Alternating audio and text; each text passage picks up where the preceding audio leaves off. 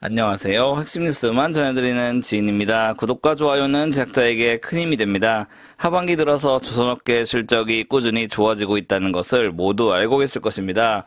이는 2020년부터 수주세가 가팔라지면서 2, 3년이 지나고 고가에 수주한 선박들이 건조, 인도되면서 일어나고 있는 현상이죠. 그런데 말이죠. 조선업이 강해진다는 것은 곧 해운 업황이 개선된다는 것을 뜻합니다. 그런데 제가 여기서 말하고 있는 해운 업황은 컨테이너선 시장이 아닌 벌크선 시장을 의미합니다. 왜 그러면 우리는 벌크를 주목해야 하며 벌크 중에서도 특히 어떤 수화물을 살펴봐야 하는지 알아보도록 하겠습니다. 일단 흥하해운은 어떤 사업 및 지표에 대해 영향을 받고 있는지 이를 알아보겠습니다. 처음으로 보실 자료는 발틱 운임 지수인 BDI 지표입니다. BDI 지수는 전 세계 주요 26개 항로를 지나는 선박의 화물 운임과 용선료 등을 종합해 산정하는 지수를 뜻합니다. 그리고 주로 BDI에 영향을 미치는 물품은 원유, 곡물 등입니다. 흥하해운은 이런 여러 물품 가운데서 원유에 대해 밀접히 연결되어 있는 기업입니다. 왜냐하면 탱커선 위주로 선대를 보유하고 있고 이를 통해 원유를 비정기적으로 운반해 매출 및 영업이익을 확보하는 사업을 하고 있기 때문입니다. 그렇다면 왜 저는 지금 이 기업을 주목해야 한다고 말하고 있는 것일까요?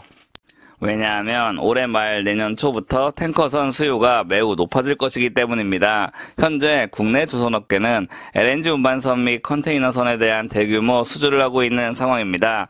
반면 탱커선에 대한 대규모 수주는 아직까지도 발생하지 않은 상황입니다. 전 세계적으로 불황이 이어지면서 선사들의 자금은 충분하지 않은 상황이고 그렇기 때문에 대규모 발주를 이행하는 데는 주저하고 있기 때문입니다. 하지만 이제 곧 선사들은 대규모 탱커선 발주를 이행해야 합니다. 왜냐하면 대다수의 탱커선의 선령이 20년을 넘어가고 있고 이 선박들은 강화된 환경 규제를 준수하기가 쉽지 않기 때문입니다. 왼쪽 그래프를 보시면 조선사들의 탱커선에 대한 수주 잔고는 지속적으로 줄어들고 있습니다. 이는 선사들이 적극적인 발주를 이어가지 않았기 때문입니다. 오른쪽 그래프를 보시면 원유 탱커 선봉량 증가율은 거의 0%에 이르고 있습니다. 반면 원유 해상 물동량은 플러스를 기록하고 있습니다. 이는 여전히 원유 수요는 충분함에도 탱커선에 대한 공급이 부족한 것임을 알 수 있습니다. 이런 현상은 왜 이어지고 있는 것일까요? 이는 여전히 원유 수요가 강하게 유지되고 있기 때문입니다. 전 세계적으로 친환경 바람이 거세지고 있습니다. 이에 따라 전기차는 큰 인기를 끌고 있고 풍력, 태양광 발전 등도 지속적으로 개발되고 있습니다. 그런데 말이죠. 문제는 원유 개발이 제대로 진행되지 않으면서 수요는 여전히 견조하다는 데 있습니다. 탱커선이 부족한 상황인데 원유 관련 프로젝트도 빠르게 추진되고 있지 않습니다. 이와 더불어 여러 탱커선이 효율적으로 원유 운반을 하기에도 힘든 상황이 이어지고 있습니다. 결국 이 같은 문제를 해결하기 위해선 대규모 탱커선이 필요한 상황입니다. 그런데 말이죠. 탱커선을 2023년 발주하게 된다면 빨라야 2025년은 돼야 신주선을 인도받을 수 있습니다. 이런 상황 속에서 이미 다량의 탱커선을 보유하고 있는 흥하해운은 차근차근히 매출 및 영업이익을 늘려나갈 수 있다는 말입니다. 게다가 대체 항로를 꾸준히 검토하고 있다는 사실도 꽤나 긍정적이라고 볼 수 있습니다. 왜냐하면 덩치가 큰 선사 같은 경우는 이런 경로 및 서비스 변경이 쉽지 않습니다.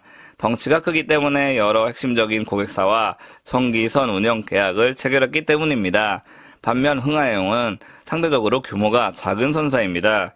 그렇기 때문에 경영 전략을 수시로 변경할 수 있고 이에 따른 초과 이익을 확보할 수 있습니다.